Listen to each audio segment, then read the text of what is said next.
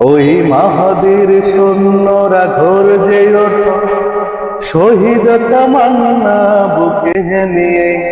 সুফিয়ান মতবাদ রুখতে হলে এখন থেকে থাকো তৈরি হয়ে। ওই মাহাদের সৈন্যরা গর্জে ওঠে, শহীদ তামান্না বুকে নিয়ে। সুফিয়ান মতবাদ রুখতে হলে এখন থেকে থাকো তৈরি হয়ে। আসবে মহাকাল, রুখতে হবে দাজ্জাল। আসবে ওই মহাকাল, রুখতে হবে দাজ্জাল।